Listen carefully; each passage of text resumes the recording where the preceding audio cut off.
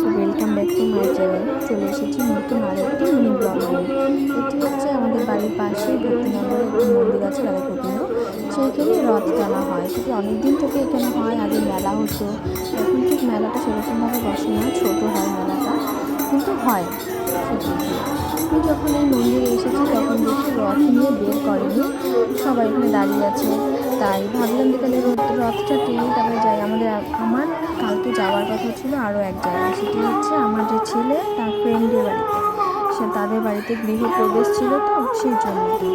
তাই যখন বাড়ি থেকে বের হয়েছি দেখলাম তখন রথ নিয়ে বের হয়নি, তাই ভাবলাম যে রথের দড়িটা করে একটু টেনে আসি, ভালো সেটা টানা।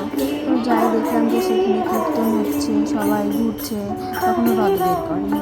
তাই সেখানে অনেকক্ষণ দাঁড়িয়েছিলাম, দাঁড়িয়ে থেকে সবাই কীর্তন হচ্ছে, কীর্তন আমরা শুনছি।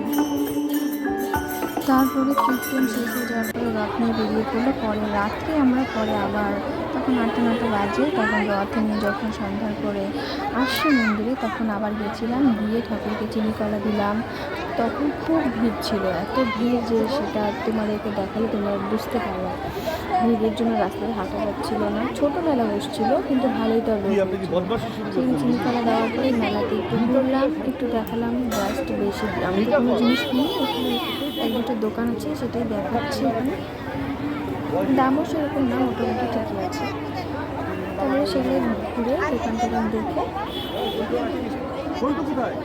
আমার ছেলের জন্য একটা ছোট্ট শোপিস কিনে দিলাম।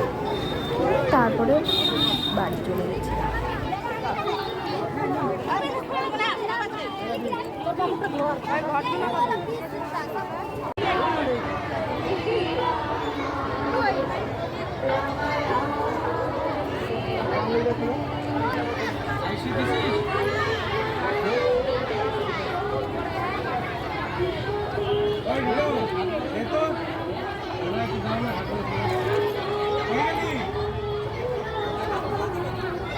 আর তারপরে আমাদের ফ্রেন্ডের বাড়ি চলে গেলাম। তো সেখানে লুচি ভাজা ছিল। ফ্রেন্ডের মাগুলোর একজনের লুচি ভাজছে আর একজনের লুচি বেলছে। তো সেইটারই একটা ভিডিও করে নিলাম। দেখি যে সবাই বলছে ভিডিও কর, তাহলে এটা পরে শেয়ার করে দিবি। ভিডিও করার পরে তারপরে বাচ্চাগুলো বসে বসে ঘরের ভিতরে খেলছে। তো আমি ঘরের উপরে গিয়েছিলাম, ওদের হচ্ছে এটা আগে যেই ঘরে থাকতো সেই ঘরে এটা রান্না করা হচ্ছে, নতুন যে ঘর করা হয়েছে সেই ঘরে গিয়েছিলাম, কিন্তু সেখানকার কোনো ভিডিওই করা হয়নি, তাই ভিডিওটা এখানে দিতে পারছি না। আর আমাদের ছেলেগুলো যে খেলছে পাশেই ঘরে বেডে, তো সেটার একটা ভিডিও করে নিলাম।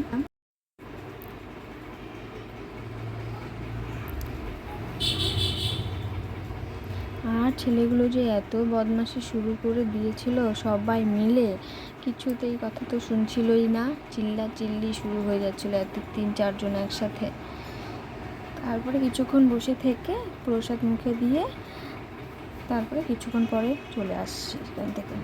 ভিডিওটি ভালো লাগলে লাইক, কমেন্ট অ্যান্ড শেয়ার করে দিও। বাই।